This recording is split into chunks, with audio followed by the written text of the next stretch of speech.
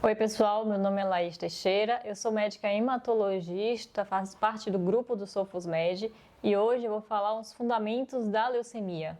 Nesse vídeo eu vou trazer informações sobre a fisiopatologia, sobre a classificação e sobre sinais e sintomas dessa doença.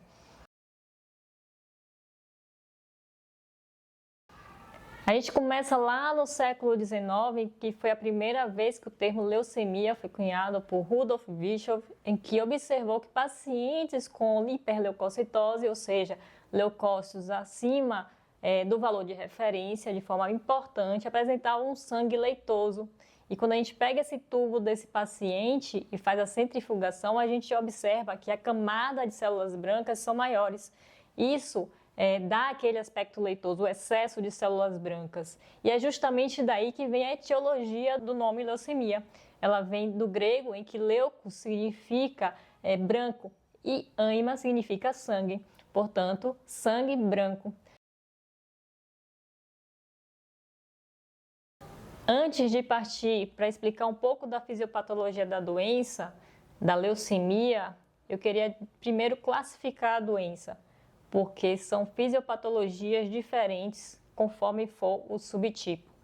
Quando a gente fala na classificação em relação ao tempo, a gente tem a leucemia aguda. Leucemia aguda é uma doença que ocorre de forma rápida. De repente a pessoa começa a apresentar sintomas, fraqueza, começa a apresentar algum sangramento espontâneo. E isso acontece de uma doença de uma forma mais agressiva, que precisa de uma urgência de tratamento. Já a doença crônica não, ela tem um comportamento mais insidioso, que vai se desenvolvendo e a pessoa pode ter algumas outras manifestações e até mesmo ser assintomática e ficar em watching wait, por exemplo. Então, essa é a primeira classificação que a gente usa. E a segunda classificação é quanto à linhagem que dá origem à doença. Então, se a gente está falando de uma célula que é a célula hematopoética, que vai dar origem a uma célula mieloide, que é da família, digamos assim, das células dos neutrófilos, bastonetes. Se é dessa linhagem, a gente chama de leucemia mieloide. Se é da linhagem de linfócitos, então a gente vai ter a leucemia linfocítica. E com isso a gente tem a classificação de 4 doenças: a leucemia mieloide aguda, a leucemia linfocítica ou linfoblástica aguda, a leucemia mieloide crônica e a leucemia linfocítica crônica. O que eu vou falar aqui é basicamente sobre a leucemia aguda. Então a gente considera a leucemia linfoblástica aguda e a leucemia mieloide aguda.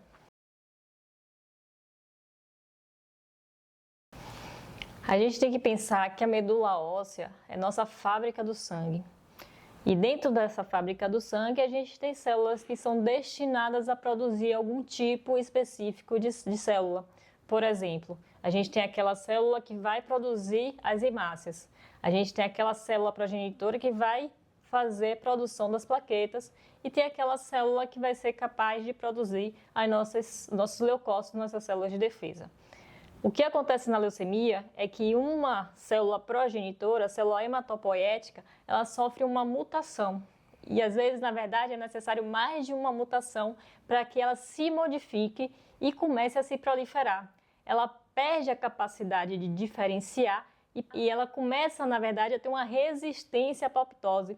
Isso foi algo que foi até trazido no vídeo anterior sobre o Hallmarks of Cancer, que é muito relacionado à parte de doença oncológica sólida, mas a gente vê características dessa parte na própria doença oncológica hematológica.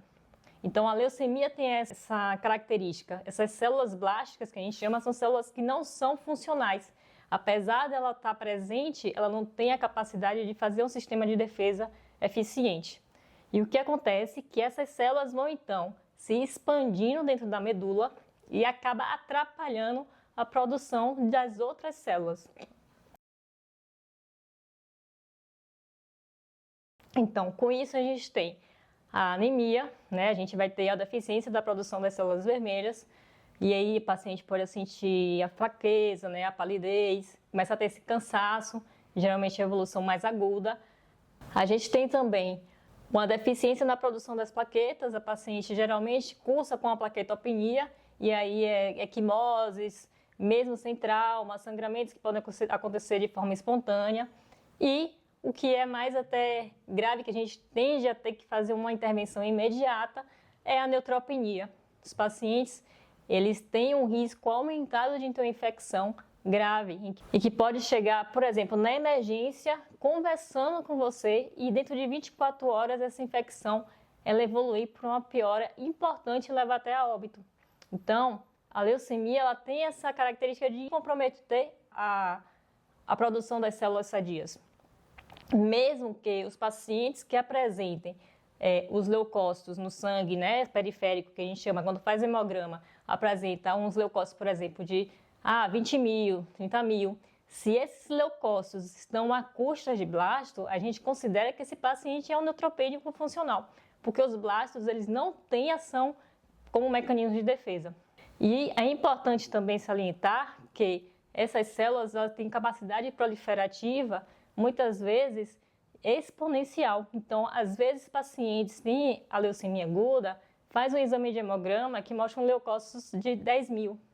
Se ele repete esse exame em 24 horas, esses leucócitos podem pular para 40 mil, no outro dia pode pular para 90 mil.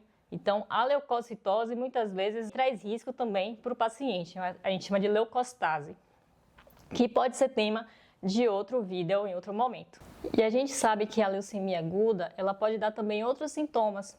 Pode acontecer de ter dorócia, pode ter invasão de outros sistemas, como invasão do sistema nervoso central.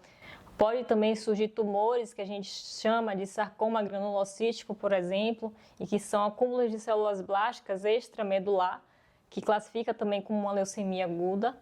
Então a gente tem diversos comportamentos e às vezes subtipo de leucemia dá um comportamento diferente. Tem um tipo de leucemia específico, como uma leucemia promielocítica aguda, que dá mais distúrbios de coagulação, com risco de sangramento.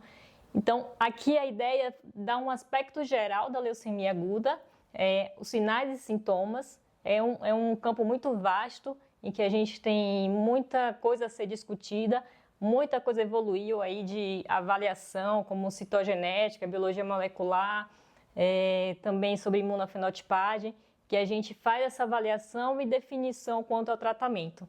Isso vai ser tópico para outro vídeo.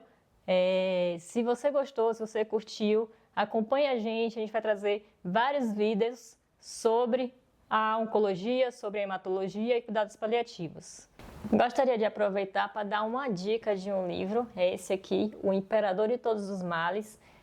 Ele é uma biografia do câncer, o autor é Siddhartha Mukherjee. Ele traz informações, né, sobre a descoberta do câncer, das quimioterapias. É uma leitura muito interessante para você que tem interesse nessa área de oncologia. Eu vou deixar aqui embaixo o link para você aprender mais sobre essa área fascinante que é a oncologia.